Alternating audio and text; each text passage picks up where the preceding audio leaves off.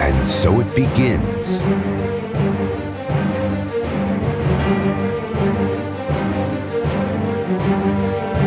Are you ready?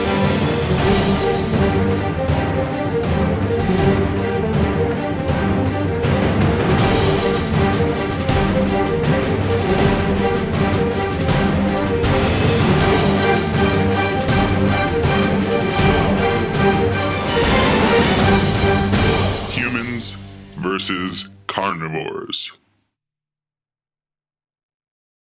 The following is an incomplete list of the major differences between humans and carnivorous creatures.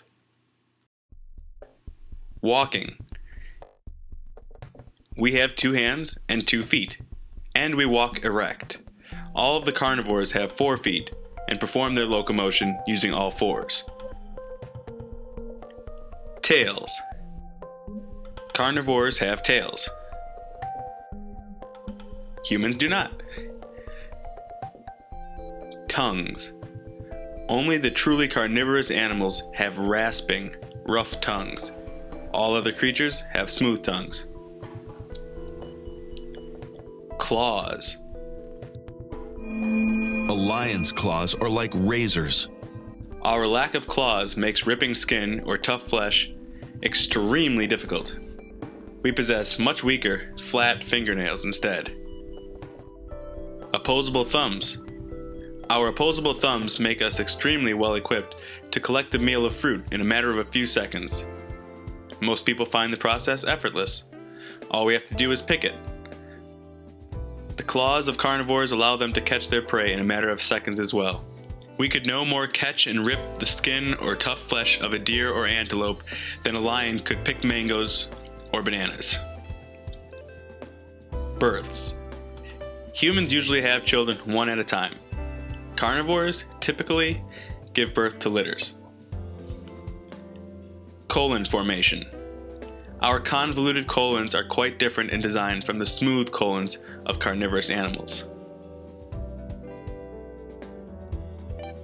Intestinal length. Our intestinal tract measures roughly 12 times the length of our torsos, about 30 feet. This allows for the slow absorption of sugars and other waterborne nutrients from fruit. In contrast, the digestive tract of a carnivore is only 3 times the length of its torso. This is necessary to avoid rotting or decomposition of flesh inside the animal.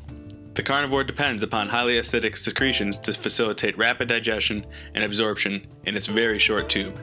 Still, the putrefaction of proteins and the rancidity of fats is evident in their feces. Mammary glands. The multiple teats on the abdomens of carnivores do not coincide with the pair of mammary glands on the chest of humans. Sleep. Humans spend roughly 2/3 of every 24-hour cycle actively awake. Carnivores typically sleep and rest from 18 to 20 hours per day, and sometimes more. Microbial tolerance. Most carnivores can digest microbes that would be deadly for humans, such as those that cause botulism. Perspiration. Humans sweat from pores on their entire body. Carnivores sweat from the tongue only. Vision. Our sense of vision responds to the full spectrum of color, making it possible to distinguish ripe from unripe fruit at a distance. Meat eaters do not typically see in full color. Drinking. Should we need to drink water, we can suck it with our lips, but we cannot lap it up. Carnivores' tongues protrude outward so they can lap water when they need to drink. Vitamin C. Carnivores manufacture their own vitamin C. For us, vitamin C is an essential nutrient that we must get from our food. Jaw movement. Our ability to grind our food is unique to plant eaters. Meat eaters have no lateral movement in their jaws. Teeth. The molars of carnivores are pointed and sharp. Ours are primarily flat for mashing food. Our quote-unquote canine teeth bear no resemblance to true fangs, nor do we have a mouth full of them, as a true carnivore does. I am reminded of one of Abraham Lincoln's favorite retorts. If you counted a sheep's tail as a leg, how many legs would it have? Invariably, people would answer 5. To which Lincoln would respond, "Only 4. Counting the tail as a leg does not make it one." Tolerance for fat. We do not handle more than small quantities of fat well. Meat eaters thrive on a high-fat diet. Saliva and urine pH.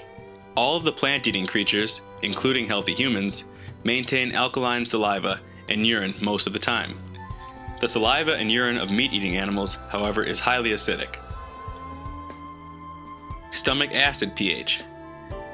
The pH level of the hydrochloric acid that humans produce in their stomachs generally ranges about 3 to 4 or higher, but can go as low as 2.0. 0 equaling the most acidic, 7 equaling neutral, and 14 being the most alkaline. The stomach acid of cats and other meat eaters can be in the 1 range and usually runs in the 2s. Because the pH scale is logarithmic, this means the stomach acid of a carnivore is at least 10 times stronger than that of a human and can be 100 or even 1,000 times stronger. Uricase. True carnivores secrete an enzyme called uricase to metabolize the uric acid in flesh. We secrete none, and so must neutralize this strong acid with our own alkaline minerals, primarily calcium.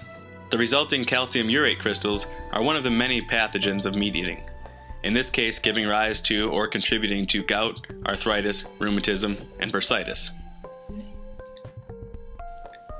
Cleanliness. We are the most particular of all creatures about the cleanliness of our food. Carnivores are the least picky, and will eat dirt, bugs, organic debris, and other items along with their food. Natural appetite. I saved this one for last, because this should say it all. Our mouths water at the sight and smells of the produce market. These are living foods, the source of our sustenance. But the smell of animals usually puts us off. Carnivores' mouths water at the sight of prey, and they react to the smell of animals as though they sense food. Our anatomy, physiology, biochemistry, and psychology all indicate that we are not carnivores.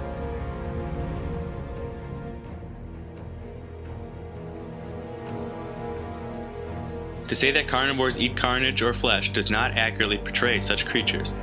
Animals that live on other animals usually eat raw meat, straight from the carcass, with relish.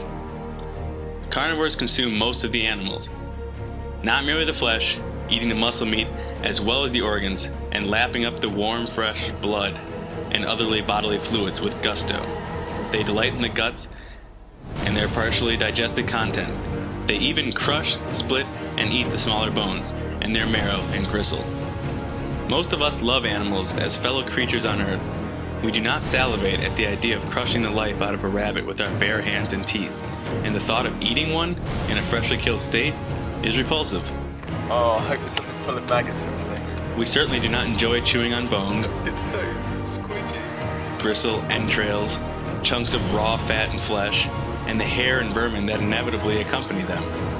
We cannot imagine slurping hot blood, getting it all over our faces, hands, and bodies. These behaviors are alien to our natural disposition and are actually sickening. This looks strange. More rabbit.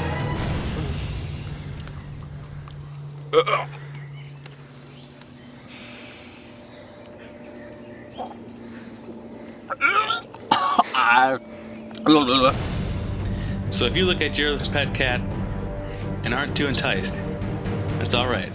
It's alright. You were never designed to eat them in the first place. Feel free to go down to your local produce market, enjoy the sights and smells, and pick yourself some whole, fresh, ripe, raw, delicious fruits and vegetables.